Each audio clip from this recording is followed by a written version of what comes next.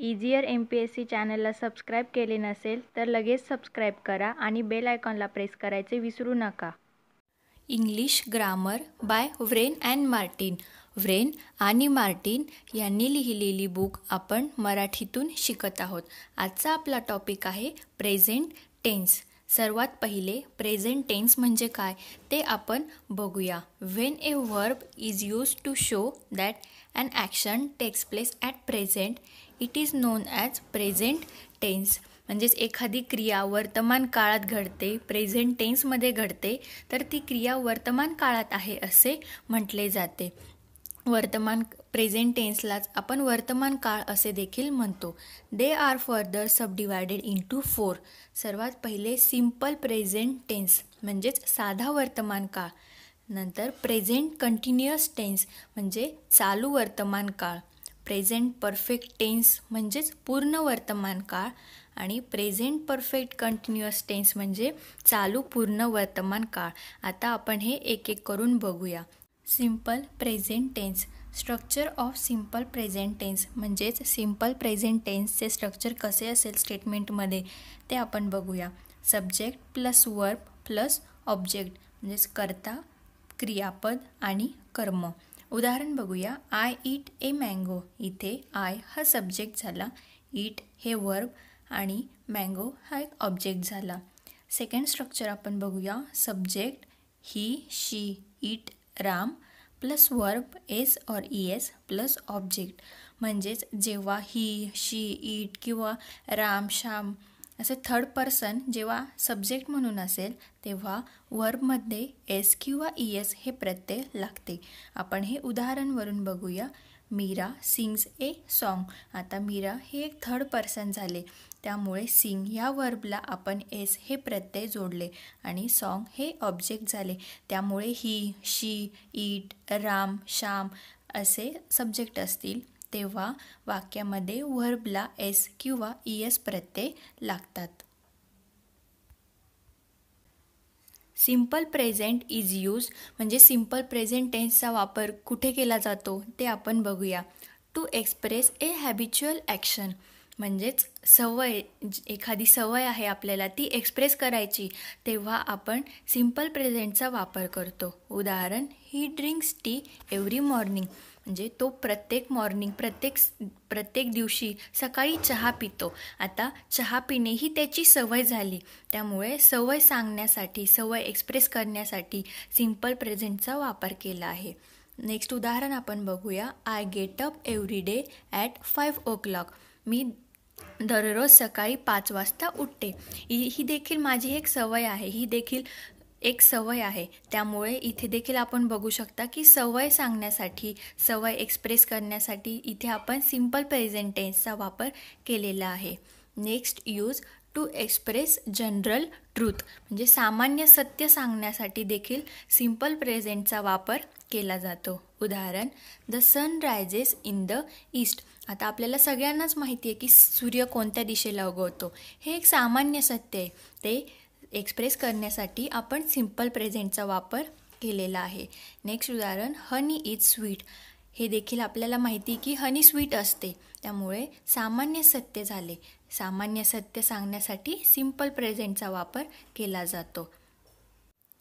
In exclamatory sentences beginning with here and there to express what is actually taking place in the present म्हणजेच प्रेझेंटमध्ये वर्तमान काळात नक्की काय घडते ते एक्सप्रेस करण्यासाठी जेव्हा एक्सक्लामेटरी सेंटेन्समध्ये उद्गारवाचक वाक्याची सुरुवात हिअर आणि देअरने केली जाते तेव्हा तिथे आपण सिम्पल प्रेझेंटचा वापर करतो.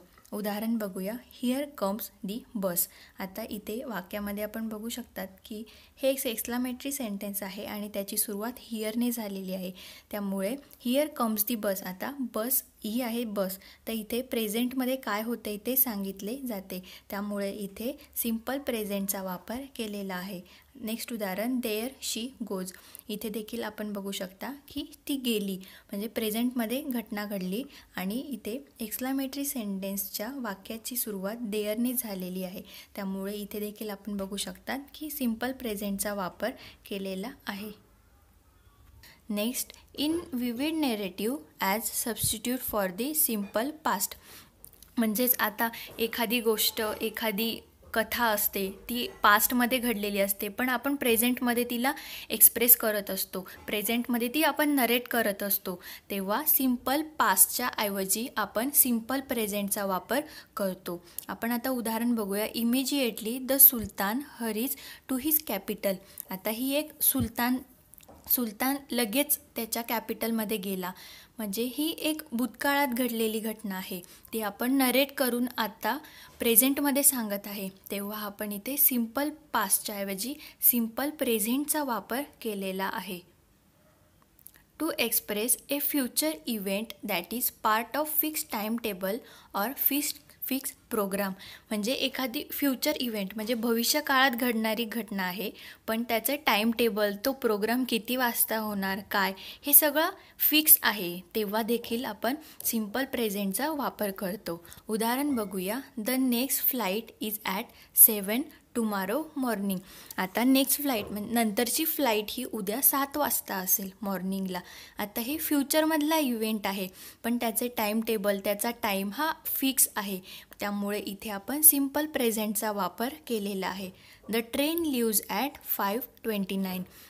आता ही नंतर भविष्यात घडणारी घटना आहे, इथे आपण बघू शकतात, पण तिचे टाईम हे फिक्स आहे. त्यामुळे इथे देखील आपण सिम्पल प्रेझेंटचा वापर केलेला आहे. नेक्स्ट वापर यूज बघूया. It is use to introduce quotations. म्हणजे एखादं कोटेशन्स असेल किंवा कोट्स असतात, ते एक्सप्रेस करण्यासाठी आपण सिम्पल प्रेझेंटचा वापर करतो. उदाहरण बघूया. Keats says a thing of a beauty is a joy for ever. आता a thing of a beauty is a joy for ever हे कोटेशन झालं. ते सांगण्यासाठी आपण सिम्पल प्रेझेंटचा वापर केलेला आहे. नेक्स्ट आपण बघूया. Structure of present continuous tense. म्हणजे प्रेझेंट कंटिन्युअस टेन्सचे स्ट्रक्चर कसे ते आपण बघूया. Subject plus to be, am is are plus verb plus I M B. Am is are हे टू बीचे रूप असते. आता उदाहरण बघूया. I am writing. इथे आय हा सब्जेक्ट झाला, ॲम आणि राईट हे वर्ब आहे आणि त्याला आय एन जी प्रत्यय जोडायचा, त्यामुळे आय ॲम रायटिंग. आता आय ॲम इज आरचा वापर केव्हा करायचा ते आपण बघूया. जेव्हा आय असेल तेव्हा ॲमचा वापर केला जातो. ही, शी, इटसाठी इजचा वापर केला जातो आणि यू, वी, दे साठी आरचा वापर केला जातो. म्हणजेच आपण असे देखील म्हणू शकतो की she is writing, they are going. तर subject plus am is are plus verb plus I N G असे प्रेझेंट कंटिन्युअस टेन्सचे स्ट्रक्चर झाले. The present continuous is use. म्हणजे प्रेझेंट कंटिन्युअस टेन्सचा वापर कुठे केला जातो ते पण बघूया. For an action going in at a time of speaking. म्हणजेच घटना घडताना आपण तिच्याविषयी बोलतो किंवा एखाद्या घटनेविषयी बोलत असताना ती घटना घडत असते, तेव्हा प्रेझेंट कंटिन्युअसचा वापर केला जातो. आता शी इज सिंगिंग. मी ज्यावेळेस बोलत आहे त्यावेळेस ती गाणं म्हणत आहे, म्हणून शी इज सिंगिंगमध्ये आपण प्रेझेंट कंटिन्युअसचा वापर केलेला आहे. The boys are playing hockey. इथे देखील बोलताना ती घटना घडत आहे, म्हणजे मी बोलत आहे आणि समोर बॉईज हॉकी खेळत आहेत, तेव्हा आपण प्रेझेंट कंटिन्युअस टेन्सचा वापर करतो. नेक्स्ट बघूया. For a temporary action which may not be actually happening at the time of speaking. म्हणजेच एखाद्या तात्पुरत्या किंवा हंगामी क्रियेविषयी बोलत असताना ती घडत असेल किंवा नसेल तरी देखील आपण तिथे प्रेझेंट कंटिन्युअस टेन्सचा वापर करतो. आता उदाहरण बघूया. I am reading David Copperfield. आता मी डेव्हिड कॉपरफिल्ड रीड करत आहेत, but I am not reading at this movement. पण मी ह्या मुवमेंटला रीड करत नाही. आपण आधी बघितले की घटना घडत असताना आपण तिच्याविषयी बोलतो आणि इथे घटना घडत असेल किंवा नसेल तरी देखील आपण त्या क्रियेविषयी बोलतो. हा दोघांमधला फरक आहे. For an action that has already been arrange to takes place in the near future. म्हणजे एखादी ॲक्शन, एखादी क्रिया ही ऑलरेडी अरेंज आहे, जी की लगतच्या भविष्यात घडणार असेल, तेव्हा देखील आपण प्रेझेंट कंटिन्युअस टेन्सचा वापर करतो. उदाहरण बघूया. I am going to cinema tonight. आता मी रात्री सिनेमा बघायला जाणार आहे. रात्री म्हणजे लगतच्या भविष्यात सिनेमा बघायला जाणार आहे. त्यामुळे इथे आपण बघू शकतात की प्रेझेंट कंटिन्युअस टेन्सचा वापर केलेला आहे. नेक्स्ट उदाहरण, माय अंकल इज अरायविंग टुमारो. आता टुमारो म्हणजे उद्या ही लगतच्या भविष्य काळात घडणारी घटना आहे. तिथे आपण प्रेझेंट कंटिन्युअस टेन्सचा वापर केलेला आहे. नेक्स्ट बघूया present perfect tense. The structure of present perfect tense subject plus have has plus verb 3 म्हणजेच सब्जेक्ट प्लस हॅव किंवा हॅज आणि वर्ब 3 म्हणजे वर्बचे तिसरे रूप. आता आपण एक्झाम्पल बघूया. I have written. आता आय हॅव हॅजमधील हॅव आणि राईट. राईट हे वर्ब झाले, वर्बचे तिसरे रूप म्हणजे राईटचे तिसरे रूप झाले रिटन.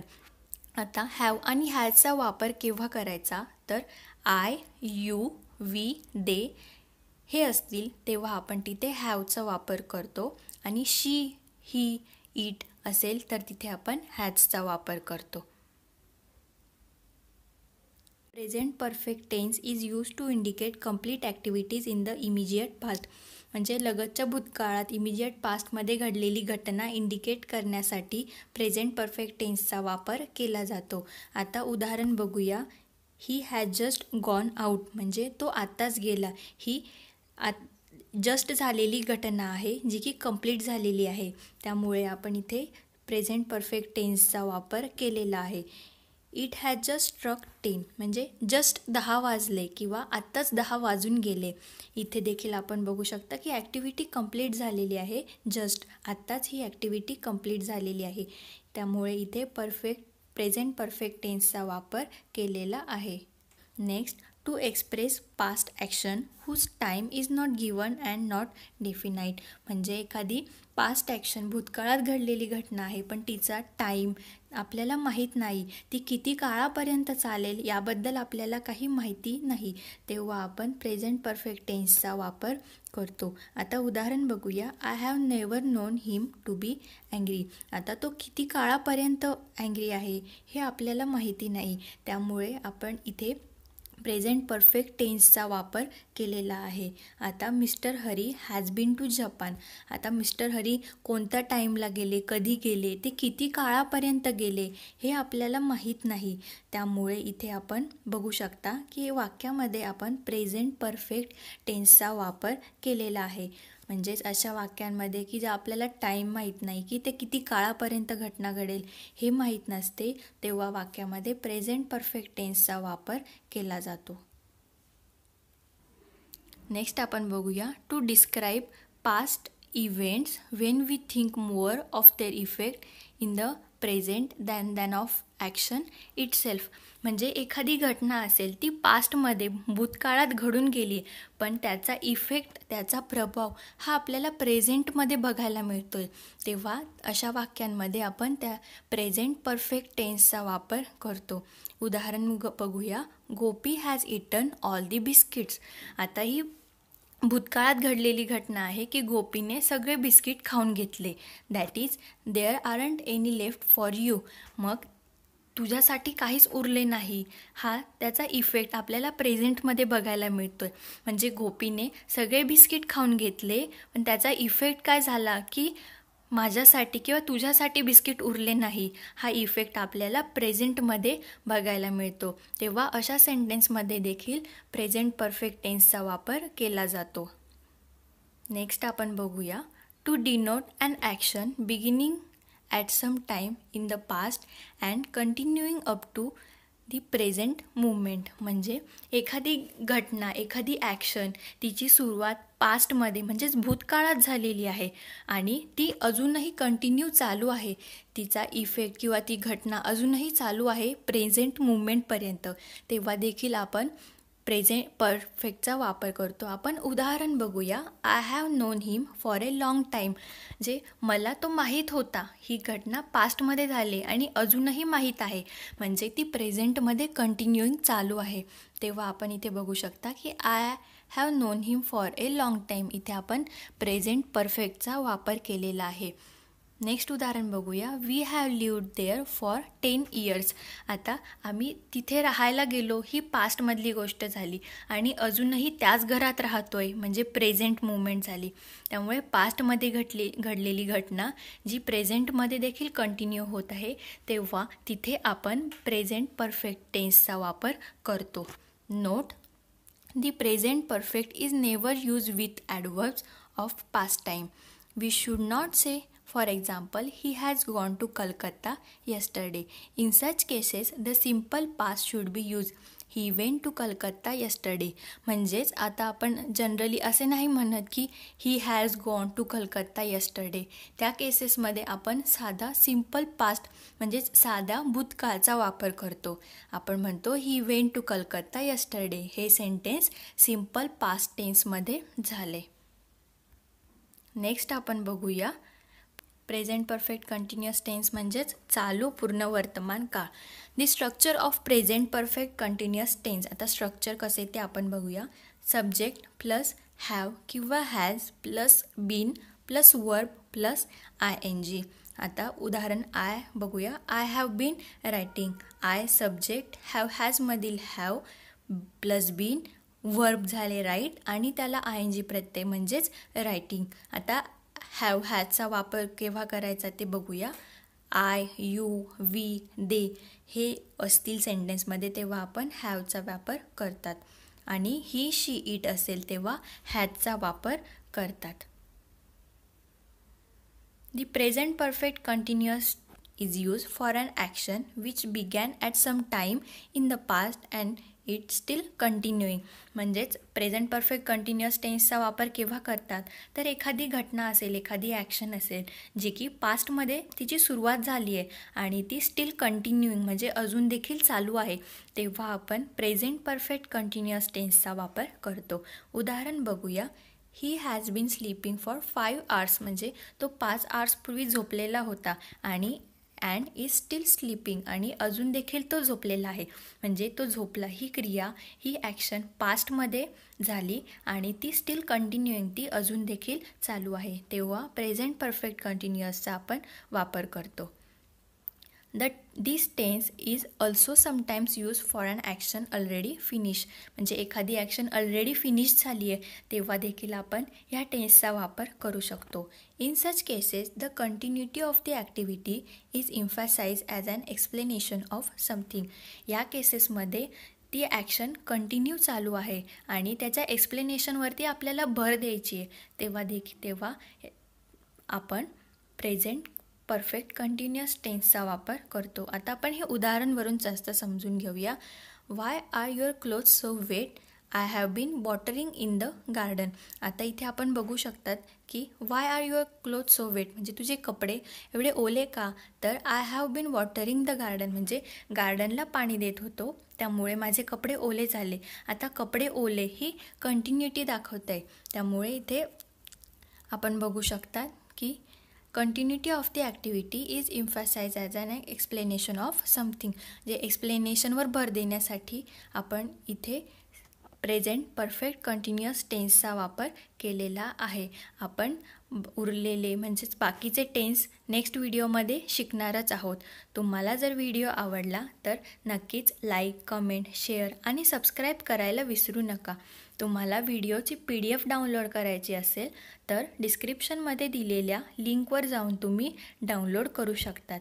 थँक्यू.